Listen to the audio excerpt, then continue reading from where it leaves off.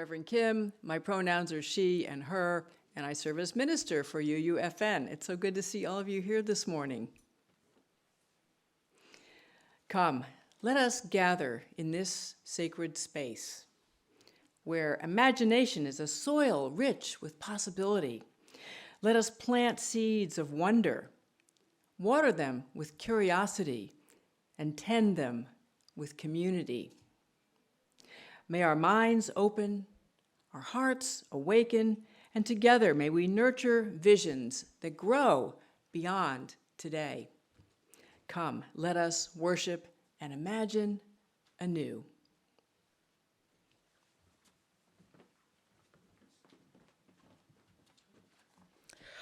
Our chalice lighting, Michelle Collins adapted.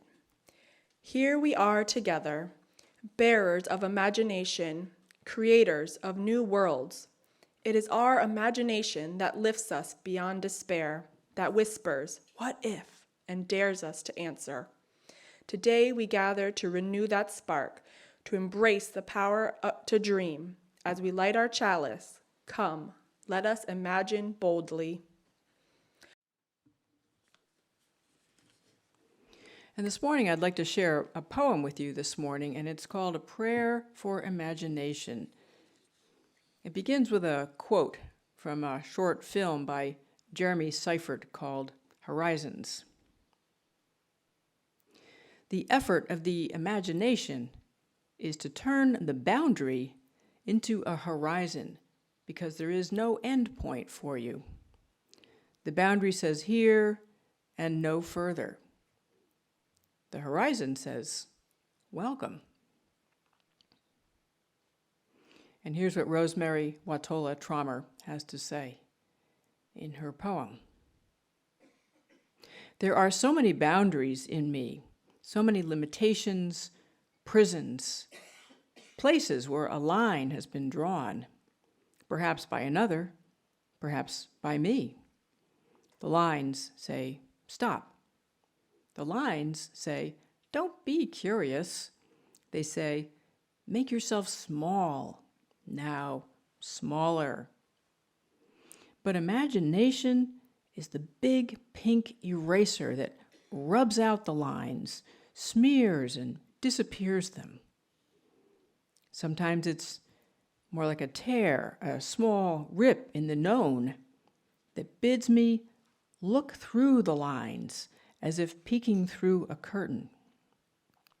And sometimes the imagination takes a line and bends it, twists it, like a clown with a balloon, until what I thought was a boundary becomes bird, becomes crown, becomes flower. Or it turns the line perpendicular, so what I thought was a dead line becomes path. I want to listen for the voices beyond the boundaries, want to open to what I can't yet see. I want to hear the welcome of the horizon, and like a bell calling me home, let it lead me. Now have a reading by A. Powell Davies. I become more and more certain as the years go by that wherever friendship is destroyed, or homes are broken, or precious ties are severed, there is a failure of imagination. Someone is too intent on justifying himself or herself, never venturing out to imagine the way things seem to the other person.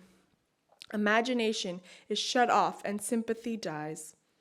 If we know what it is that makes other people speak or act as they do, if we knew it vividly by carefully imagining all that may lie behind it, we might not quarrel.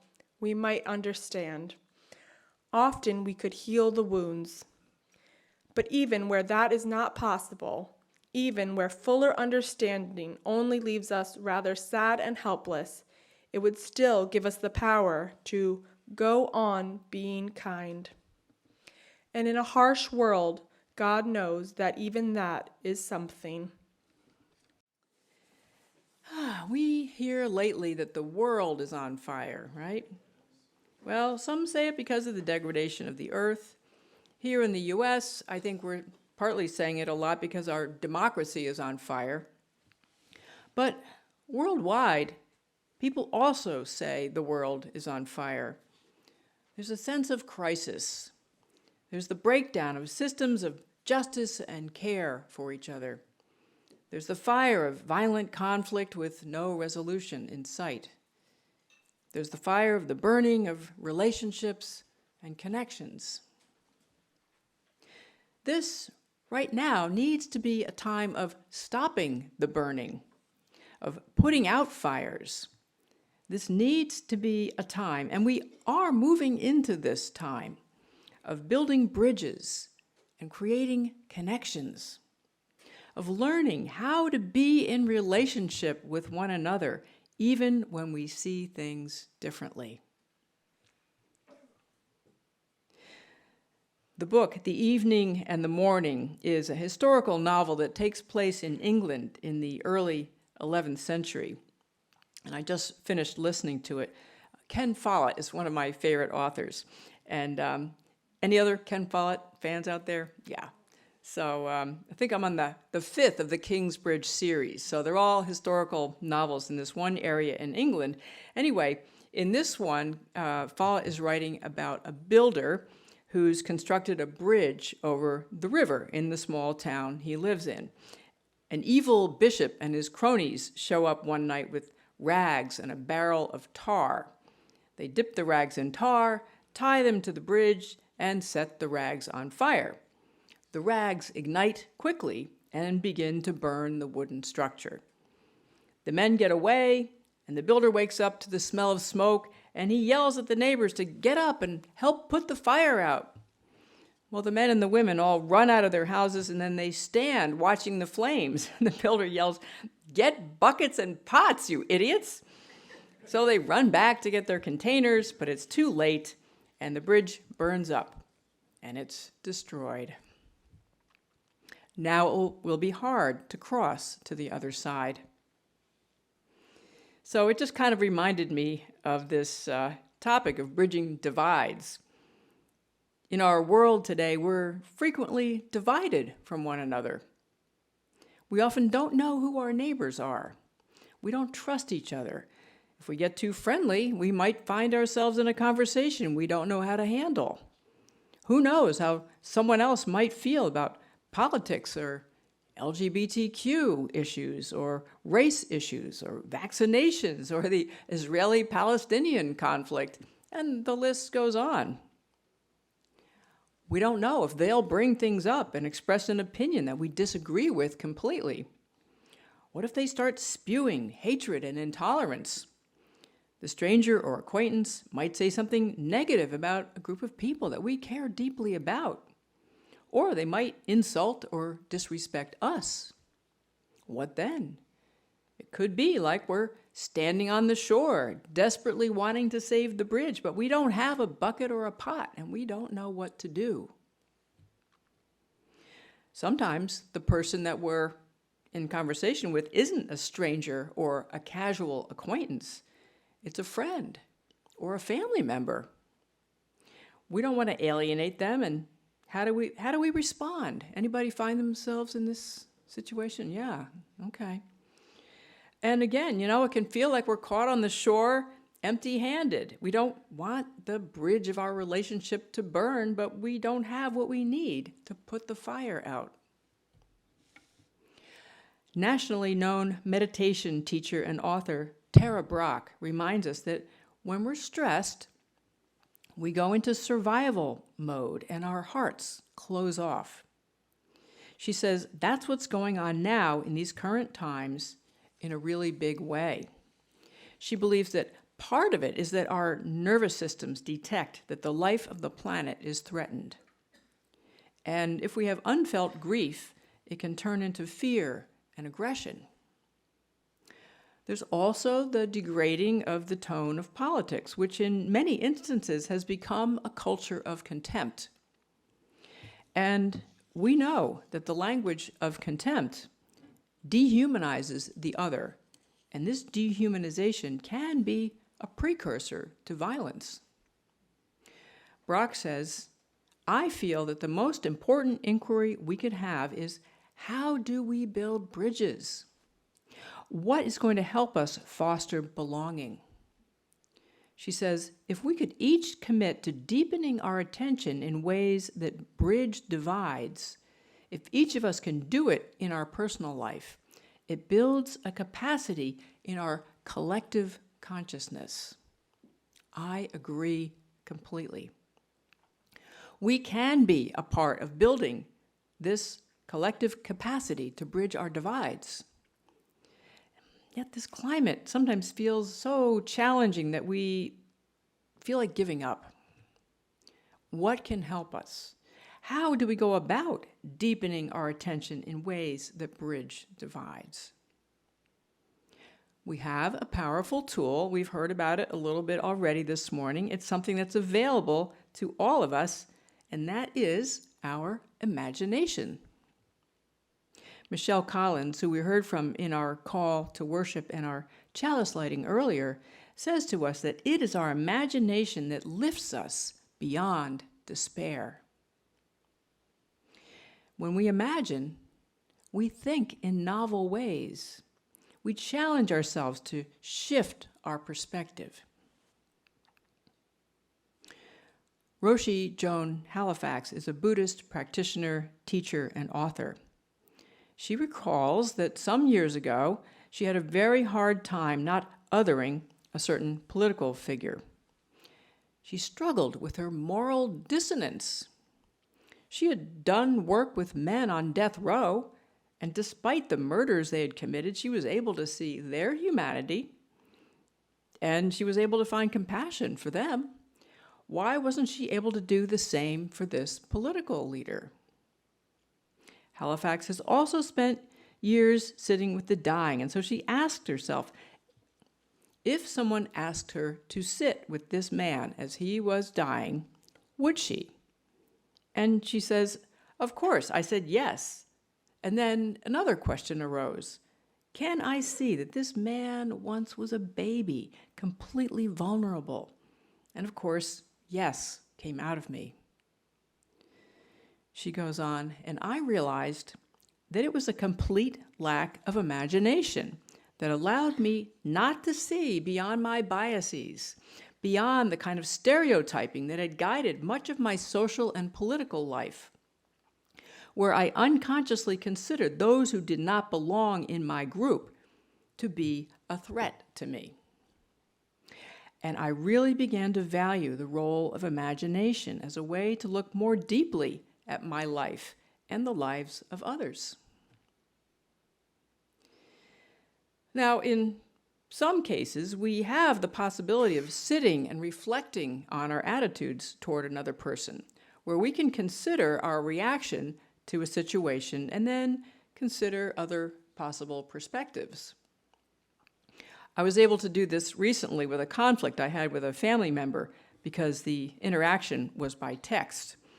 And if you were here the other week for our covenant workshop that we did, you heard about this. So anyway, what this family member said triggered me because she'd proposed a plan for a family gathering. It's like it was already happening, and I hadn't had any input into it. So I felt left out. And there was also time pressure to make decisions.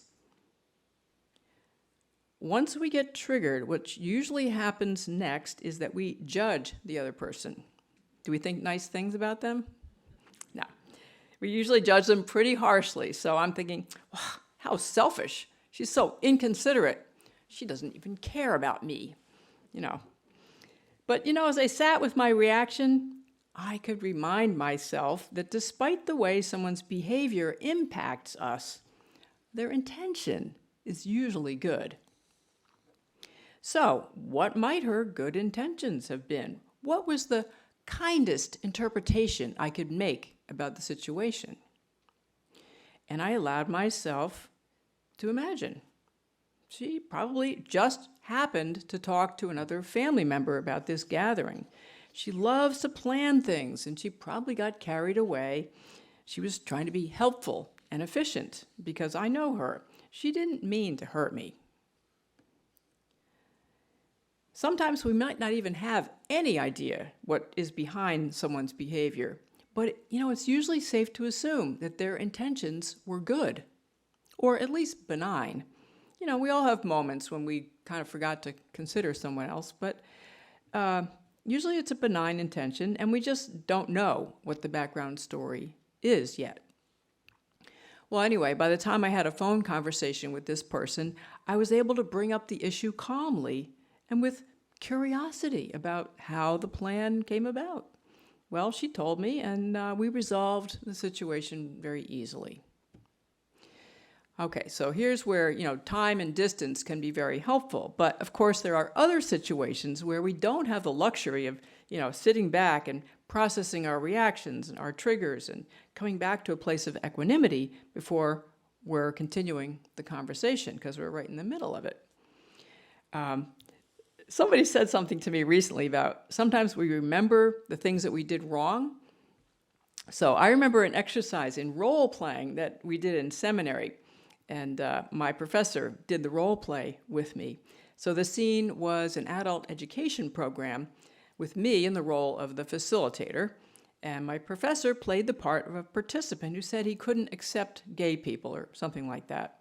Well, I immediately got triggered, and I believed it was my duty to stand up for gay people and to set this person straight. Oh, no pun intended. Anyway, I launched into a mini lecture on why he was wrong and how he should see the issue. Yes. Well, later, when we processed our role playing, the professor told me that he, as the participant, felt completely unheard, unsupported, and unvalued. Wow, I felt really bad. If you've ever tried this tack with someone, and we've probably almost all done this, we tried to convince somebody else they were wrong, we're right. So, you've probably failed, like me. Yeah, because it usually doesn't work. In my case, I had completely overlooked the participant's humanity, and rather than building a bridge, I had burned it. It's many years later. I have greater wisdom and some skills that I could bring to a similar situation. One is I know I have to be more attuned to my inner state and avoid getting triggered. Another is that I enter into conversations with all people with a conscious awareness of my compassion for everyone, the marginalized as well as the uninformed or misguided people as I see them. As Thich Nhat Hanh reminds us, we have to set aside the wrong views, so-called, the other person shares for the time being, so that we can make a genuine heart-to-heart connection with them. And then later, we might be able to address the wrong views. So here's where our imagination comes in, how we might make that heart-to-heart connection. One of my compassionate listening classmates lives in Washington State, and she told us one morning she was on her way to a demonstration of some kind. And as she walked along, she came upon a young man holding up a Confederate flag. Now, think for a moment how you'd react. What would you immediately think about this man? And you don't have to tell me, but... Okay, so my friend probably had those thoughts too, and she could have thought those thoughts and made some harsh judgments about the kind of person that young man was. But she decided to keep her heart open, to keep seeing this person as a fellow human being. And she brought forth another important tool. She brought forth her curiosity. And it's our curiosity that feeds our imagination. And she said, "Good morning." He replied, "Good morning." She said, "I don't think I've seen you around here before. Are you new to the area?" Yeah, I just moved here." "Okay, so where'd you move from?" "Kentucky." "Oh, wow," she said. "That's a long way from home. If that were me, I'd be feeling homesick." "Yeah, it's been kind of tough," he said. Well, they continued talking for a few minutes, and my friend noticed as they kept talking, the flag he was holding kept going lower and lower. And then she asked, "So, what made you decide to stand out here with this Confederate flag this morning?" He looked embarrassed, then he let the flag drop even further. "Oh, I was just trying to make trouble. I think I'm gonna go home now and get some breakfast." My friend laughed and said, "Well, it was nice to meet you, and I hope I'll see you again." So you see what my friend did there. By being curious, she started a conversation. And then she used her imagination to find a point of connection, a connection to our human experience, what it's like to move to a new area and not know anybody, and how that feels lonely. And that reminds me of a conversation I had with my brother, who died 2 years ago. Several years before that, he became obsessed with conspiracy theories.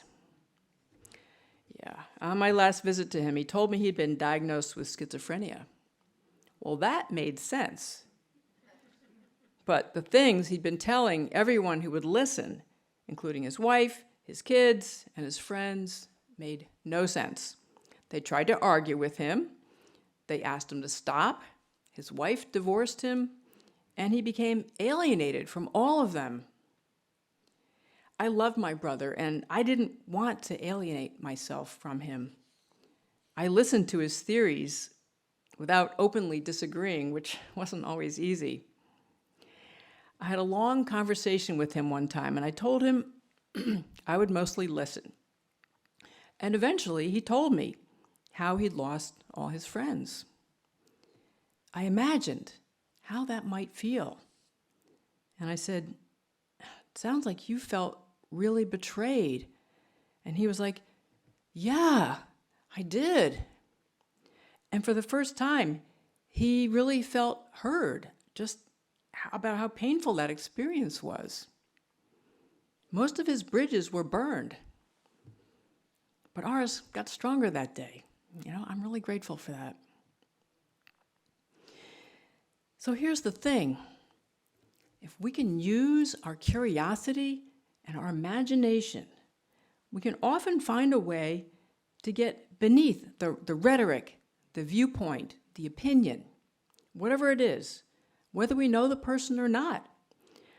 We try to imagine what's underneath those words. Is it a fear or a worry? Are they concerned about feeling safe? Maybe disturbed about a world that's changing too fast? Our curiosity and our imagination can help us move beyond the differing viewpoints. And we don't always need to address those views. But sometimes we do. We might need to speak up to interrupt racism or homophobia or transphobia. This might happen with someone we're in relationship with, and we want to maintain the relationship.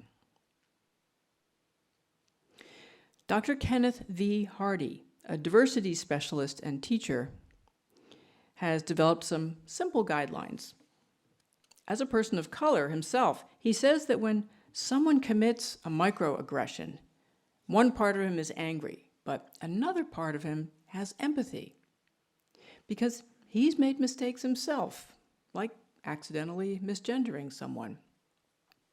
His empathy helps him hold on to a sense of the other person's humanity, despite his anger. When we respond to the speaker in this kind of situation, Hardy recommends an approach that can build a bridge of connection rather than weakening or destroying that connection. It has 3 parts. The first thing is to validate the other person. Validation says to them that we're able to see a redeemable quality in them.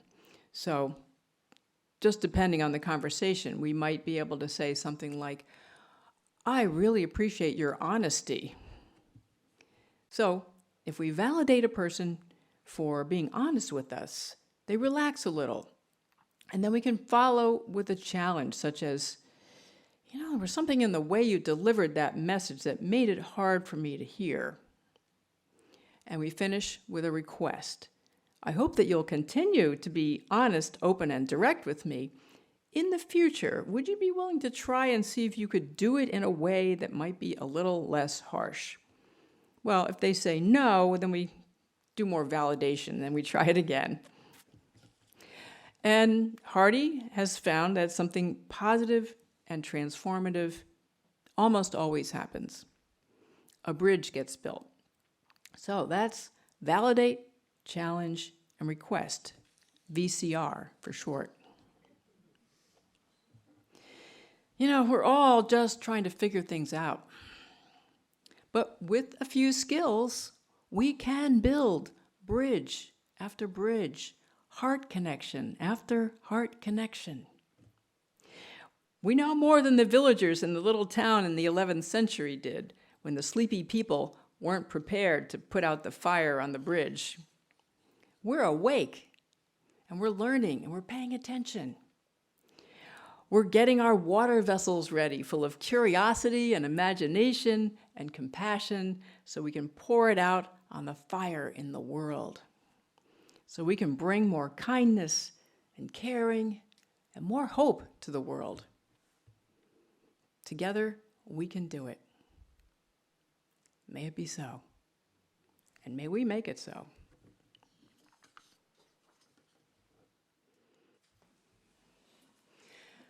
Go out into the world in peace. Have courage. Hold on to what is good. Return to no person evil for evil.